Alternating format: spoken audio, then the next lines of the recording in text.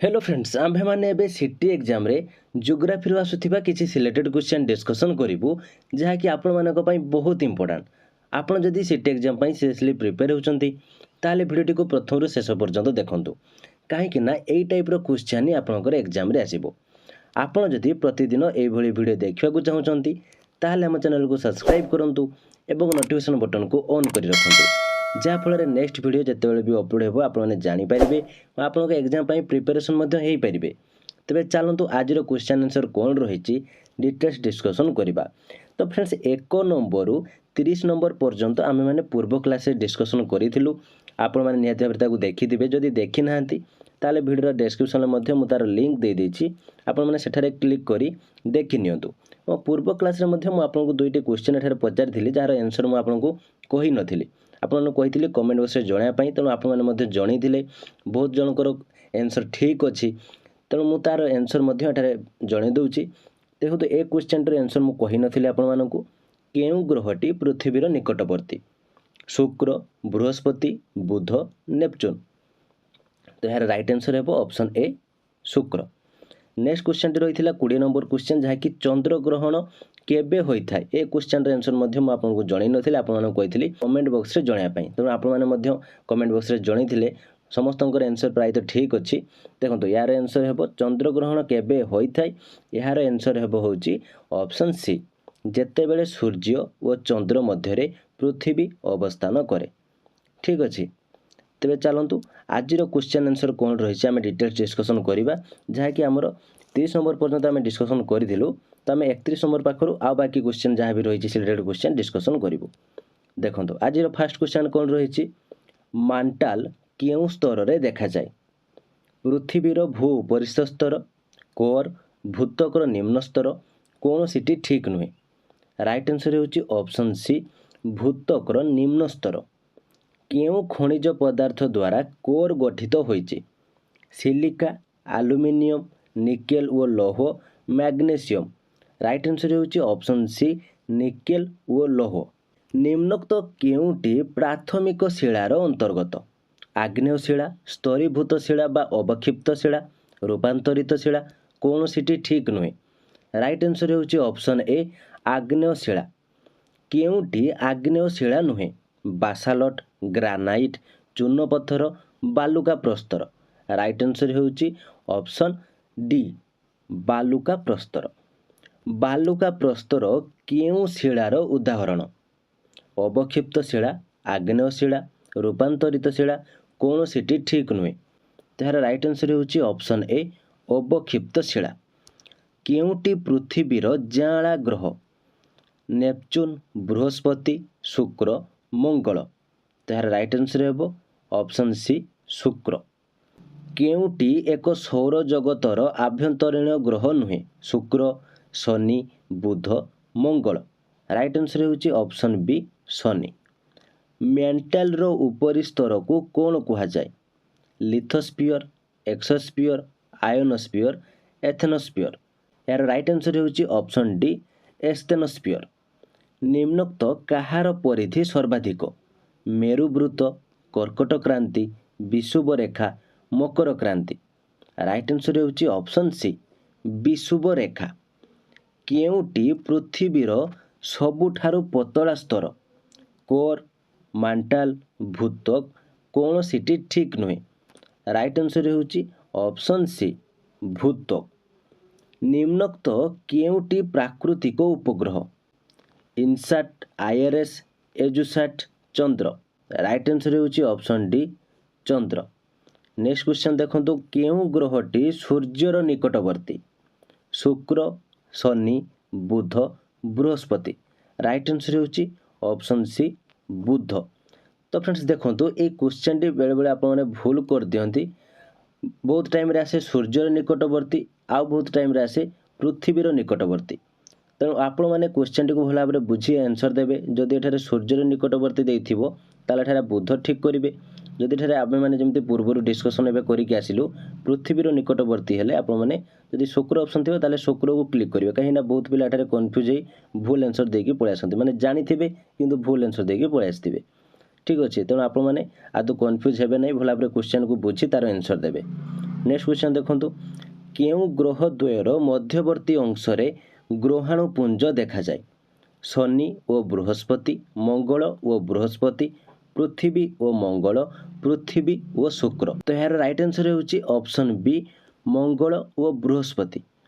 पृथ्वीर चारिपटे चंद्र परिक्रमण करने पाई प्राय केते दिन समय निए 26 दिन 27 दिन 28 दिन 30 दिन। भल भाव क्वेश्चन को बुझंतु पृथ्वीर चारिपटे चंद्र परिक्रमण करने पाई प्राय केते दिन समय निए। तो यार राइट आंसर होची ऑप्शन सी 28 दिन। नेक्स्ट क्वेश्चन देखंतु कौन रही आंटार्कटिक वलय केउठारे अवस्थित उत्तर गोलार्ध दक्षिण गोलार्ध मकर क्रांति और विषुव वलय मध्यरे कर्कट क्रांति और विषुव वलय मध्यरे। राइट आंसर होची ऑप्शन बी दक्षिण गोलार्ध। नेक्स्ट क्वेश्चन पृथ्वीर केउ अंश को यूरेशिया कहा जाए एशिया और यूरोपर सम्मिश्रण यूरोपर उत्तरांश एशियार उत्तरांश साइबेरियार अंश विशेष। राइट आंसर होची ऑप्शन ए एशिया और यूरोपर सम्मिश्रण। निम्नोक्त केउटी पृथ्वीर दीर्घतम पर्वत श्रेणी रॉकीज आल्प्स हिमालय आंडीज। ए क्वेश्चन टी बहुत टाइम एग्जाम रे आसे। तो फ्रेंड्स से क्वेश्चन टी आंसर जणिया पूर्व मु आपण मानक हम स्पेशल क्लास विषय जणाइबा पई चाहूची। आपण माने जदि कम समय भितर अधिक प्रिपरेशन है एग्जाम रे सक्सेस पाइबा चाहूचंती और टीचर सपन को पूरण करने पई चाहूचंती ताहले आज ही हमर स्पेशल क्लास रे जॉइन करंतु। एथिरे जॉइन हेले आपण मानक सिलेबस वाइज सब्जेक्टिव एवं ऑब्जेक्टिव क्लास सहित study material free PDF previous year question सह व्हाट्सएप सपोर्ट मिल जिवो और आपण मानक लाइफ टाइम एक्सेस मध्ये दिया जिवो जहाँ फल आपण मैंने निज बहुत भल भाव प्रिपेरेसन करी एग्जाम रे सक्सेस पाइबा सहित आपंकर टीचर स्वप्न को पूरण करेंगे। तेज लेट करूँ ना यथाशीघ्र दिखाई व्हाट्सएप नंबर जॉइन लिखि मेसेज करूँ और आज ही जॉइन ही आपंकर प्रिपेरेसन स्टार्ट कर दिंतु कहीं पाखे कम समय रही आम पाखे लिमिटेड सीट रही तो सीट फिल होगा पूर्व आपने यथाशीघ्र जॉइन ही प्रिपेरेसन स्टार्ट करूँ।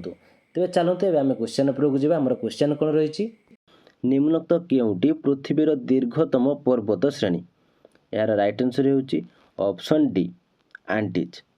रॉकी पर्वत श्रेणी केउ महादेश रे अवस्थित रॉकी पर्वत श्रेणी केउ महादेश रे अवस्थित एशिया यूरोप उत्तर अमेरिका दक्षिण अमेरिका। राइट आंसर होची ऑप्शन सी उत्तर अमेरिका। केउ महासागर आकार इंग्राजी अक्षर एस परी केउ महासागर आकार इंग्राजी अक्षर एस परी भारत महासागर उत्तर महासागर प्रशांत महासागर आटलांटिक महासागर। राइट आंसर होची ऑप्शन डी आटलांटिक महासागर। केउटी अंतर्भेदी आग्नेयशिलार अंतर्गत बासाल्ट ग्रानाइट बालुका प्रस्तर चून पत्थर। राइट आंसर होची ऑप्शन बी ग्रानाइट। तरल माग्ना द्वारा केउ शिला गठित होइथाय रूपांतरित शिला आग्नेयशिला अवक्षिप्त शिला कौन सी ठीक नुहे।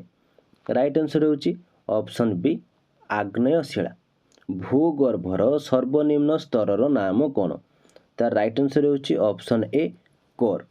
एठारे आपण माने मन रखंतु पृथ्वी को मुख्यतः 3टी स्तर रे विभाजन करा जायछि कौन 3टी स्तर। तो कौन कौन से 3टी स्तर गोटे होची भूत्वक ये होची फर्स्ट स्तर ये होची भूत्वक सेकंड होची आपनकर मेंटल एवं थर्ड होची आपण कोर।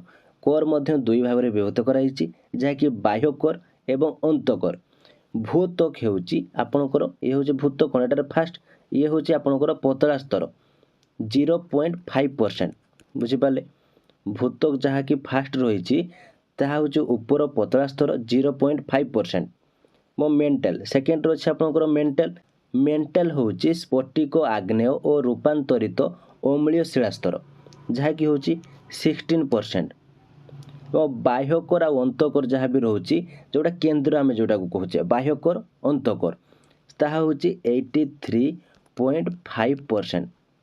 देखो मुझे आपको भल भाव बुझापी ट्राए कर दूसरी कहीं ये टाइप क्वेश्चन आसिले आपने कन्फ्यूज हो जाती।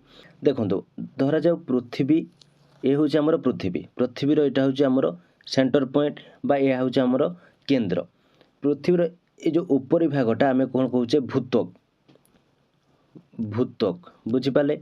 भूत्वक यह हूँ केते यह हूँ 0.5%। यह हूँ ऊपर पतला स्तर।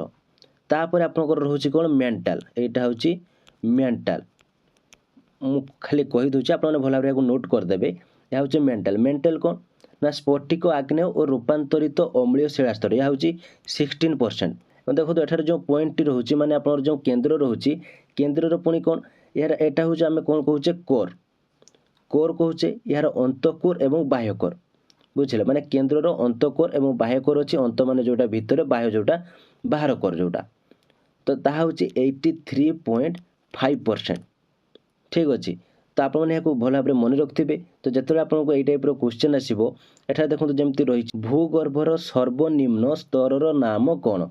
तो सर्वनिम्न स्तर एठार ताले कौन हूँ, तो सर्वनिम्न स्तर माने एटा कौन, सर्वनिम्न माने कोर। भूगर्भर सर्वनिम्न स्तर नाम कौन, तो यार राइट आंसर एठार कौन हम, ऑप्शन ए कोर। बुझीपारे। तेज चलते नेक्स्ट क्वेश्चन देखा। सोना, कोयला और पेट्रोलियम जात पदार्थ कहार उदाहरण, जीवाश्म, शिला, खनिज, खनिज पिंड। राइट आंसर होची ऑप्शन सी खनिज। निम्नोक्त क्यों बाह्य शक्ति पृथ्वी पृष्ठरे परिवर्तन निमंते सहायक होता है, आग्नेय उद्गीकरण, भूमिकंप, सुनामी, प्रवाहित जल। तो यार राइट आंसर होची ऑप्शन डी प्रवाहित जल। नेक्स्ट क्वेश्चन देखो, भूकंप क्यों शक्तिर अंतर्गत, बाह्य शक्ति, आभ्यंतरीण शक्ति, उभय बाह्य और आभ्यंतरीण शक्ति, कौन सीटी ठीक नुहे। तो यार राइट आंसर होची ऑप्शन बी आभ्यंतरीण शक्ति। नेक्स्ट क्वेश्चन देखो, स्थानीय लोक माने क्यों लक्षणरू भूमिकंपर संभावना विषय रे अवगत होइथांती, पक्षी मानक किचिरिमिचिरी शब्दरू, पोखरी रे माछ मानकर अस्वाभाविक संतरण, गर्त मध्यरु साप मानकर पलायन, सबुतक ठीक। तो यार राइट आंसर होची ऑप्शन डी सबुतक ठीक। जेतेबेले आपनकर भूमिकंप आपनकर एरिया रे होउथबो, तो ता पूर्वरु आपनको एई सब लक्षण देखा पाई मिलिबो। माने पक्षी मानकर किचिरिमिचिरी शब्द हेबो, पोखरी रे माछ मानकर अस्वाभाविक संतरण आपन देखि पारिबे, एवं आपन गर्त मध्यरु साप मानकर पलायन मध्य देखि पारिबे। तो ठीक अच्छे। यार राइट आंसर हे ऑप्शन डी सबुतक ठीक।